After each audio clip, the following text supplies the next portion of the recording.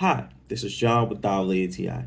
And as I have a sensitive gum, while I'm brushing my teeth, having a toothbrush that is too strong, it would often hurt me. But this is when this Slim Soft toothbrush by Colgate just does a great job for me. And the fact that this is like a soft and subtle brush, it just gives me the nicest brush and the gentlest brush that I had in a while.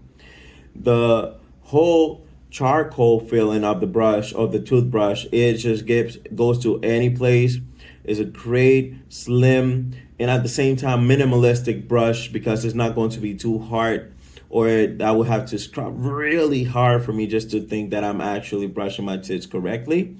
But at the same time, it's taking care of my gum health, that is not going to be harming too much with the toothbrush.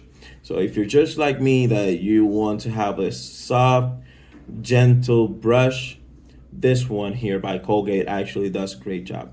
So this was John with WTI, and that was my point of view.